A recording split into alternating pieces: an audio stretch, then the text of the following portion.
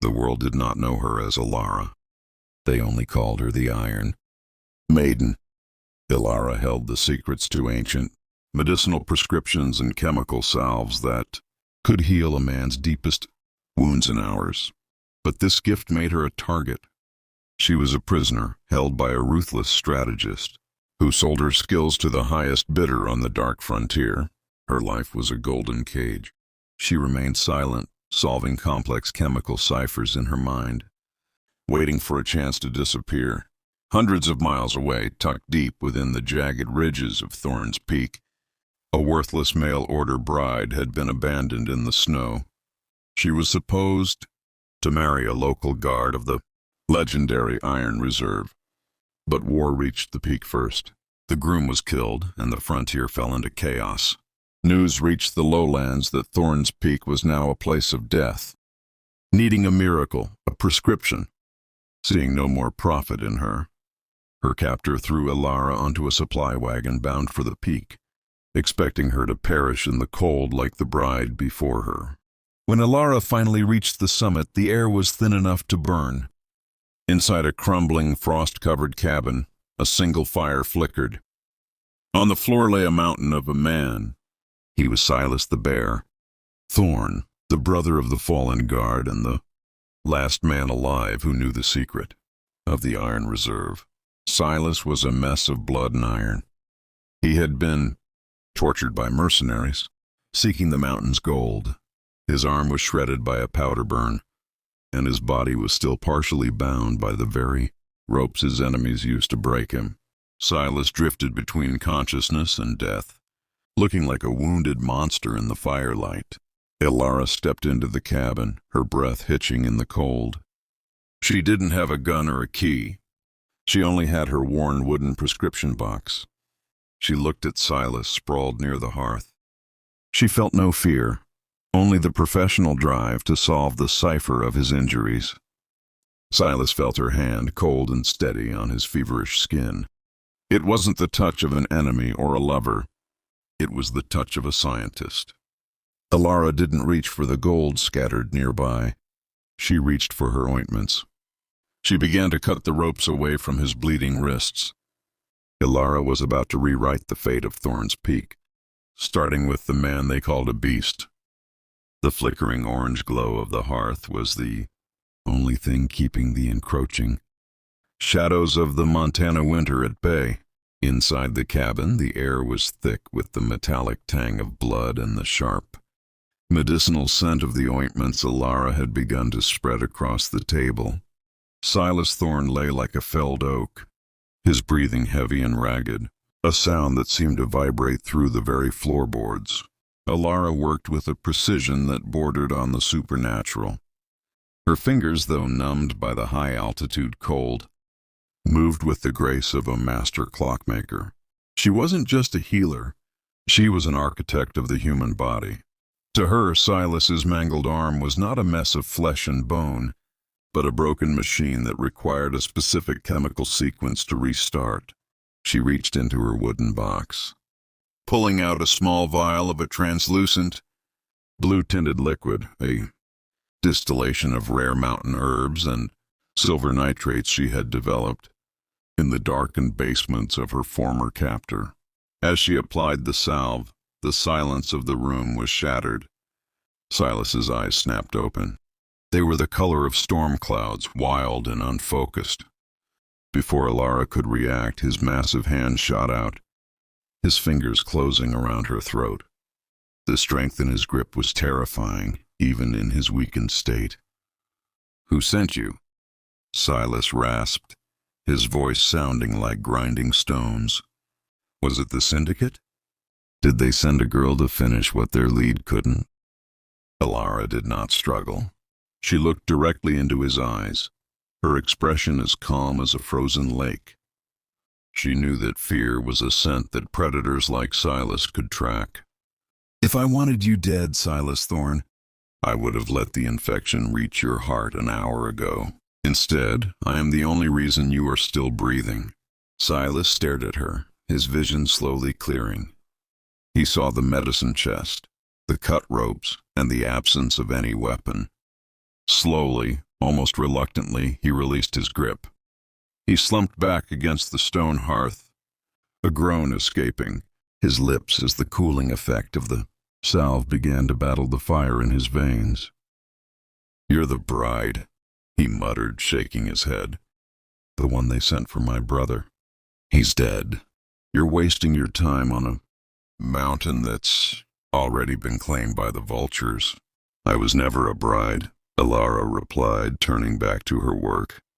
"I am a debt that was traded, and right now your life is the only currency I have left." She began to wrap his arm in clean linen, her movements firm. She explained the situation, how the man who owned her had realized the mail-order bride.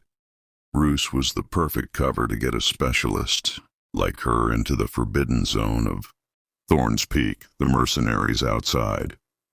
The ones who had tortured Silas weren't just looking for gold, they were looking for the Iron Reserve, a hidden cache of experimental weaponry and industrial blueprints that could tilt the balance of power in the territories. Silas watched her, his suspicion slowly turning into a grim respect.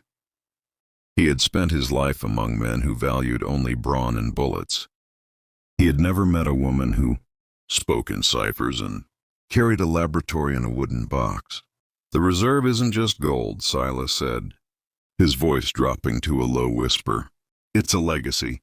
My brother died protecting the entrance code. They think I have the second half of the cipher. They'll be back before the moon hits the peak. If you stay here, you're a dead woman. Then we make sure they don't find us," Elara said, standing up. She walked to the window, peering through a crack in the shutters. In the distance, she could see the flickering torches of a search party moving through the pines. The mercenaries were regrouping. She turned back to Silas, her eyes gleaming with a cold, calculated intensity. "You have the strength and I have the chemistry. They think they are hunting a wounded bear and an abandoned girl. Let's show them they are walking into a trap they aren't equipped to survive." Silas reached out with his good hand, grabbing a heavy iron poker from the fireplace. He used it to haul himself to his feet, his towering frame casting a shadow that filled the room. The monster was awake, and the healer had given him a reason to fight. "Tell me, Iron Maiden," Silas grinned, a flash of white teeth in his dark beard. "Do you have anything in that box that makes a bang?" Elara reached into the bottom compartment of her chest, pulling out a small wax-sealed jar filled with gray powder. "I have something that will turn this entire mountainside into a graveyard." The wind outside the cabin did not merely blow. It shrieked, a high-pitched, mourning sound that seemed to claw at the heavy log walls of Silas Thorne's sanctuary. Inside, the atmosphere was thick with a different kind of tension. Silas sat on a low wooden bench, his massive frame hunched over as he watched Elara. The healer, the woman the frontier called the Iron Maiden, was no longer tending to his wounds. She had transformed the small, grease-stained kitchen table into a makeshift laboratory of death. Elara's movements were rhythmic and hypnotic. She took a small mortar and pestle from her chest, grinding crystalline structures into a fine silver dust. Every scrape of the stone against the bowl echoed in the quiet room like a heartbeat.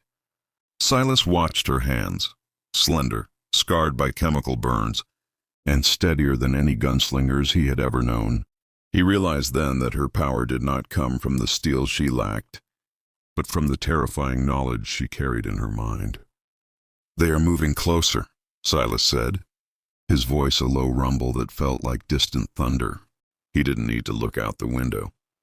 He could feel the vibration of horses on the frozen earth, the subtle shift in the mountains, energy that suggested the presence of men with ill intent. Thorne's Peak has a way of carrying sound. They're less than a mile out. The snow is slowing them down, but they have the Gatling carriage. If they get that positioned on the ridge, this cabin becomes a coffin. Elara did not look up. "Then we ensure the ridge is the last place they want to be." Silas, I need you to understand the physics of what I am preparing. This is not common black powder. This is a volatile mercuric compound. If it's exposed to a direct flame, it doesn't just burn. It expands. It shatters. She held up a small glass jar. Inside, a dull gray sludge swirled. I've seen what this does to stone. Imagine what it will do to the permafrost on the eastern slope. Silas stood, his knees popping like dry twigs. The bandages Elara had applied were holding, but he could feel the dull, throbbing heat of his injuries underneath. He felt a strange new sensation, not the raw, animalistic rage he usually relied on, but a calculated coldness. He walked to a hidden floorboard near the hearth, prying it open with his good hand. He reached into the dark cavity and pulled out a heavy, canvas-wrapped object. As he unwrapped it, the dull sheen of an oversized, custom-built sharps rifle was revealed. It was a weapon designed for bringing down buffalo at 1,000 yards, or stopping a steam engine in its tracks.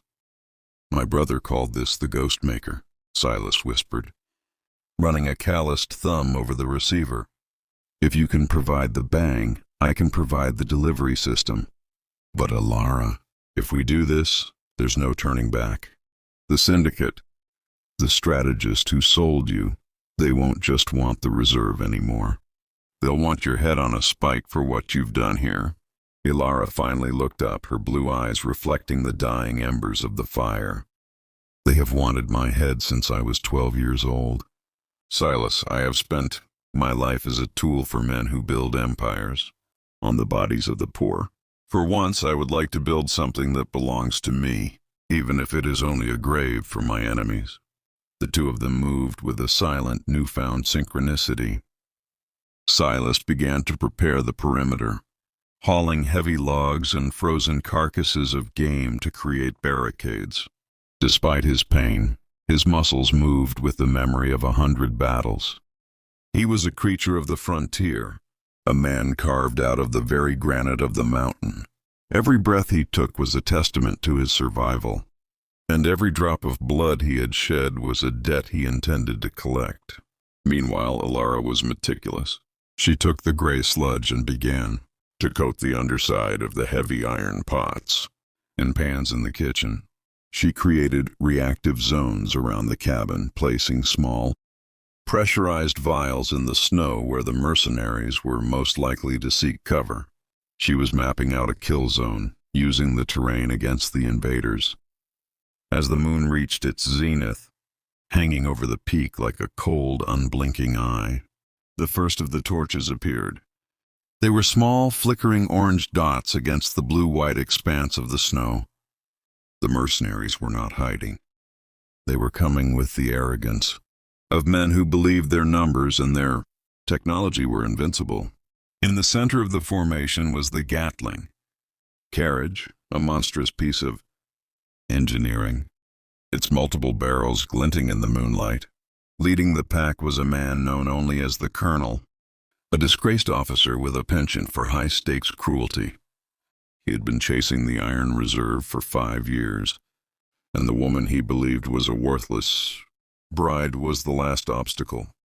In his way, Silas took his position in the darkened loft of the cabin, the heavy barrel of the sharps rifle resting on the windowsill. He adjusted his sight, his breathing slowing until it was almost non-existent.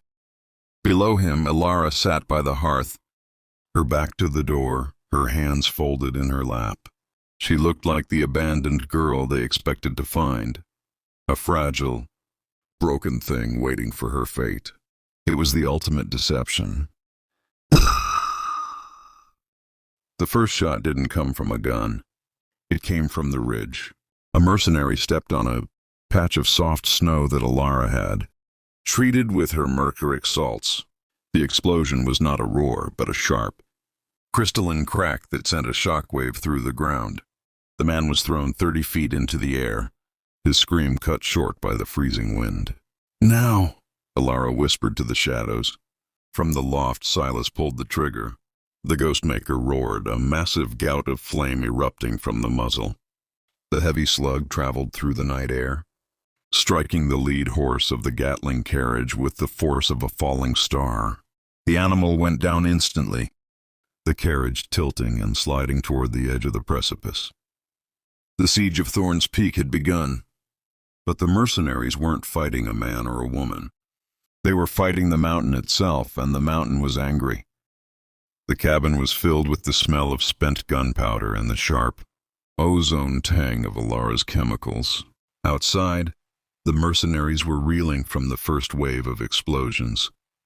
But Silas knew they would not stay down for long. He climbed down from the loft, his heavy boots thumping on the wooden floor.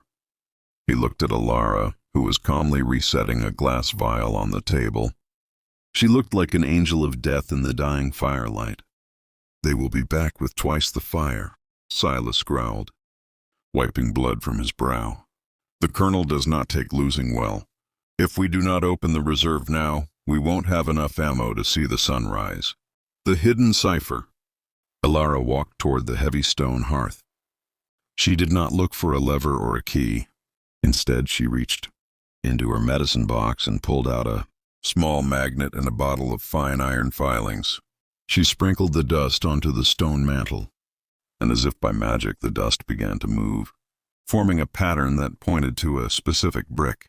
"My father built the lock for this mountain," Elara whispered, her voice steady. "He didn't use keys. He used magnetism and chemistry. The worthless bride wasn't just a cover, it was the only way to get the living key back to the door." Silas watched in awe as she pressed the brick in a rhythmic sequence. With a deep grinding sound of gears that had not moved in decades, the back of the fireplace slid open. Behind it was not just gold. It was a vault filled with advanced, experimental weapons, steam-powered repeaters and pressurized canisters of liquid fire. The true treasure. Silas stepped into the vault, his eyes wide. He saw crates of gold, but he also saw the blueprints for a new world. This was the Iron Reserve, a stockpile, meant to build a sovereign nation in the mountains, free from the greed of the cities. "My brother died for this," Silas said, his voice cracking with emotion. "He told me the reserve was a curse, but seeing you standing there, I think it's a promise." Elara picked up a sleek brass-mounted canister. It was light but vibrated with a strange energy. "This is the white fire," she said. "One drop can melt through a Gatling gun carriage. The colonel wants to use this to destroy cities. I want to use it to close the past forever." The shadow at the door. Suddenly, the front door of the cabin groaned under a massive impact. The mercenaries had brought a battering ram. Through the cracks in the wood, they could hear the colonel's cold, mocking laughter. "Silas Thorne, give me the girl and the key and I'll let you die like a man." The colonel screamed. "Refuse, and I'll burn this cabin to the ground with you inside." Silas grabbed a heavy steam repeater from the vault and handed a pressurized shield canister to Elara. He looked at her, no longer seeing a worthless bride but his partner in war. "Let them come," Silas roared, the fire of the reserve reflected in his eyes. "The bear is hungry, and the Iron Maiden has the recipe for their funeral." The cabin, once a simple refuge of wood and stone, had been transformed into a fortress of glass and steel. As the heavy oak door shuddered under the rhythmic thud of the colonel's battering ram, Silas and Elara stood in the center of the hidden vault, the orange light of the fire reflecting off the strange, brass-mounted weaponry of the Iron Reserve. The air in the vault was cool and smelled of ancient oil and something sharper, the ozone scent of dormant energy waiting to be unleashed. Silas hefted the steam repeater, a marvel of engineering that felt heavy and reliable in his hands. He checked the pressure gauges, watching the needles dance as the internal boiler hissed with anticipation. Beside him, Elara was a vision of focused intensity. She wasn't just a passenger in this war anymore. She was the commander of the mountain's chemical fury. She clutched a pair of pressurized canisters, her knuckles white, her gaze fixed on the door that was slowly splintering inward. The moment that door gives way, Silas said, his voice a low rumble. They'll flood the room. They don't care about the girl anymore. Elara, they've seen the flash of the ghost maker. They know we've opened the box. Now it's about eradication. Elara nodded, her voice a calm contrast to the chaos outside. The Colonel is a man of logic. Silas. He thinks in terms of superior numbers and traditional ballistics. He doesn't understand that the Iron Reserve was built to break the rules of war. When I throw the first canister, do not breathe. The vapor will crystallize the air itself. With a deafening crack, the front door finally surrendered.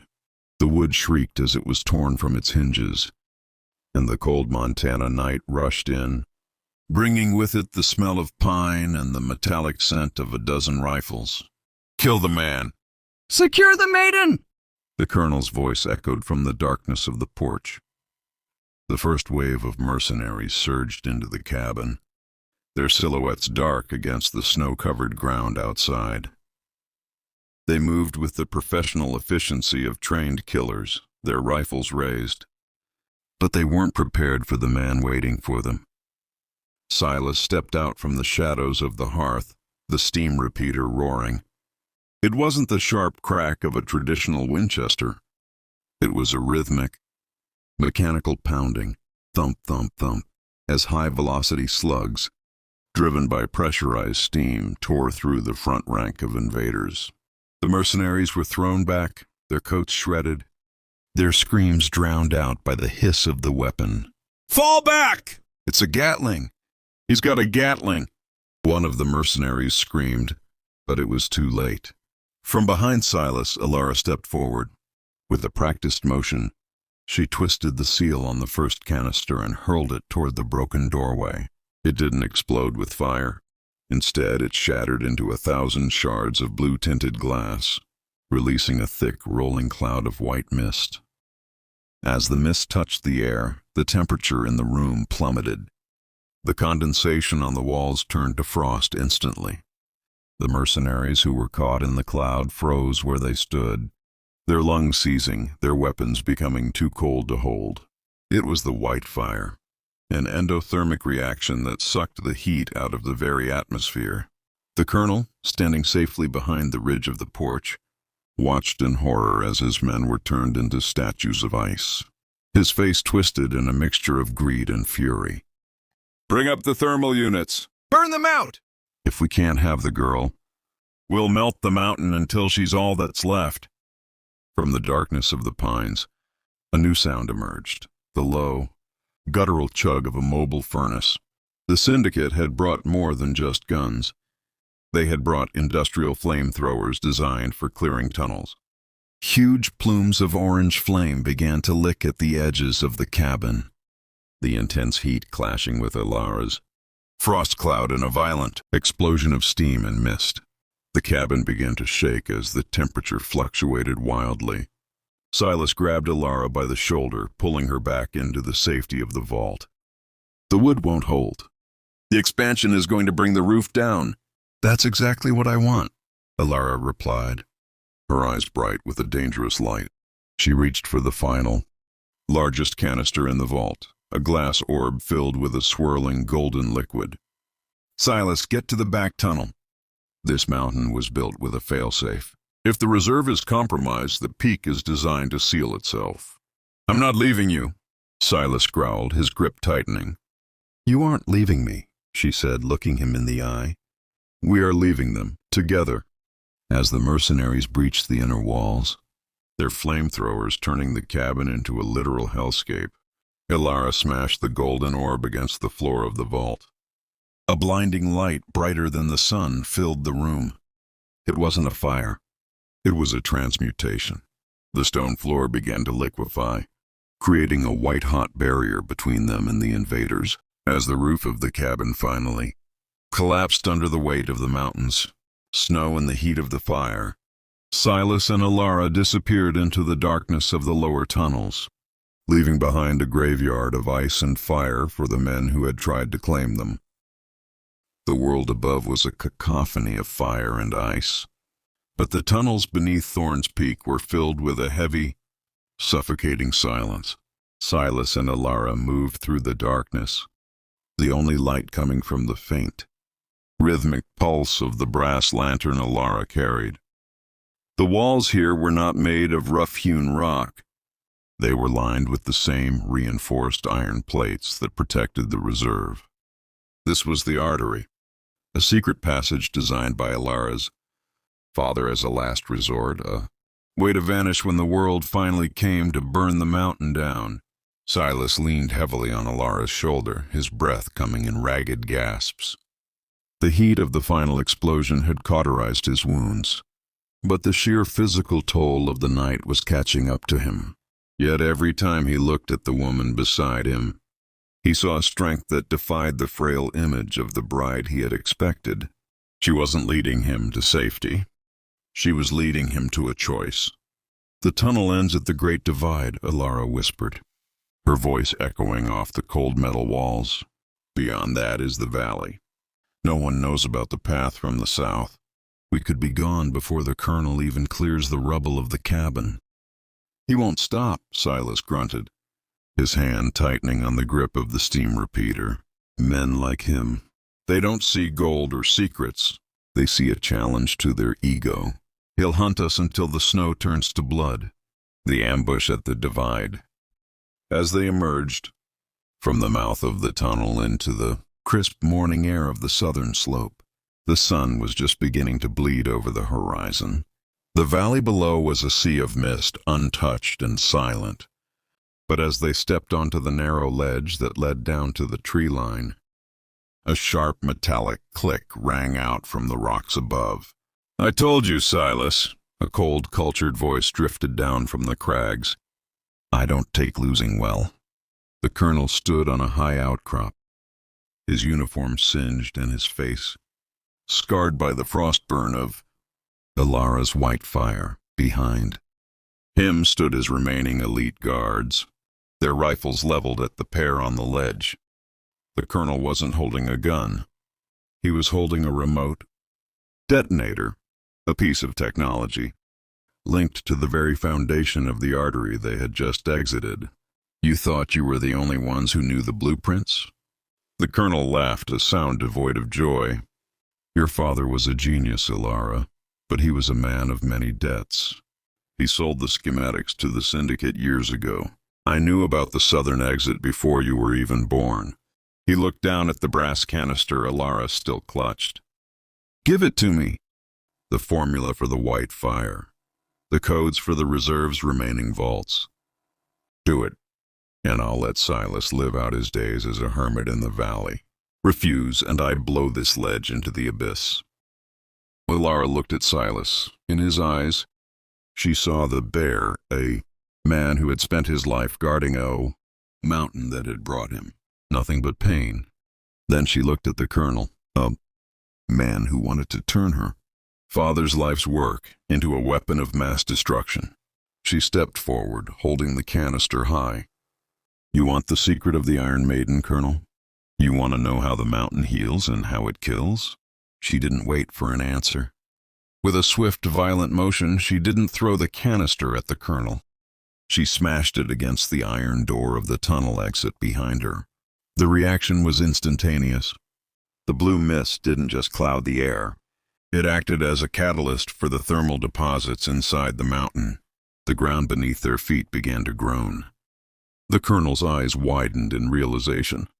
He went to press the detonator, but the extreme cold had already frozen the internal mechanism of the device. "Silas, now!" Elara screamed. Silas didn't hesitate.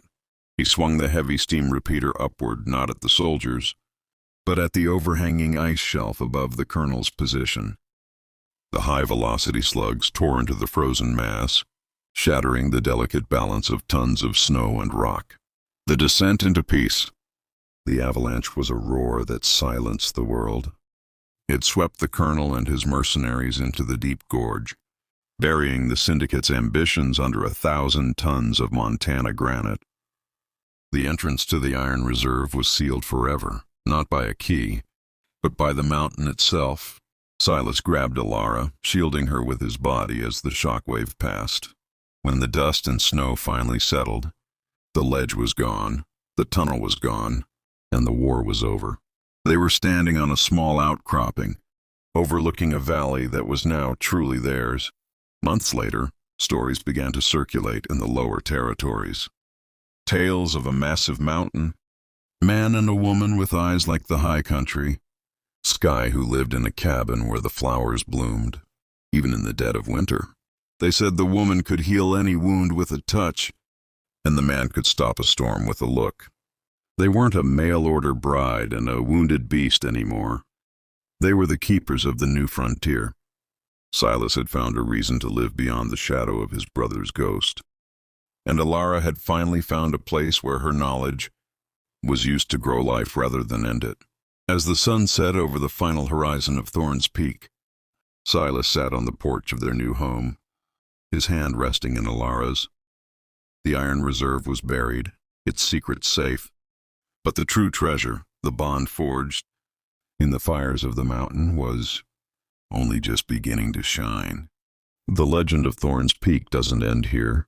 To see more cinematic AI stories like this, make sure to subscribe and turn on notifications.